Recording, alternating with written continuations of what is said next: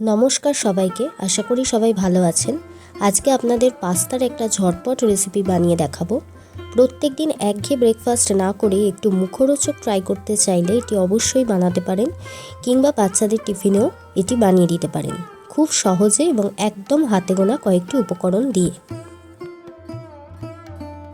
প্রথমেই একটা বাটিতে পরিমাণ মতো পাস্তা নিয়ে তাতে জল দিয়ে সেদ্ধ করতে বসিয়ে দিন। আপনারা যে কোনো দোকানে খুচরো পাস্তা কিনতে পারেন, আমি লোকাল শপ থেকেই নিয়েছি। অবশ্যই সেদ্ধ করার সময় তাতে নুন এবং অল্প সাদা তেল দেবেন, এতে পাস্তাগুলো একে অপরের গায়ে লাগবে না। পাস্তা যতক্ষণ সিদ্ধ হচ্ছে সেই সময় আমি চপিংয়ের পার্টটা সেরে ফেলেছি। নিয়েছি পেঁয়াজ কুচি, টমেটো কুচি, কাঁচা লঙ্কা আর অল্প আদা কুচি। দেখুন এর মধ্যে পাস্তাও কি সুন্দর সেদ্ধ হয়ে গিয়েছে। পাস্তা সিদ্ধ করতে একটু সময় লাগে, খেয়াল রাখবেন যাতে ওভারকুক না হয়, আর হাতা বা খুন্তি দিয়ে দেখে নেবেন গলে গেছে কিনা। দেখুন প্রায় হয়ে এসেছে আর প্রপার সিদ্ধ হয়েছে। এরপর গরম জলে বেশিক্ষণ রাখবেন না, তাড়াতাড়ি জল ছেঁকে ঠান্ডা জলে একটু ধুয়ে সাদা তেল মাখিয়ে রেখে দেবেন। ঠান্ডা জল দিলে এর কুকিং প্রসেসটা বন্ধ হয়ে যাবে।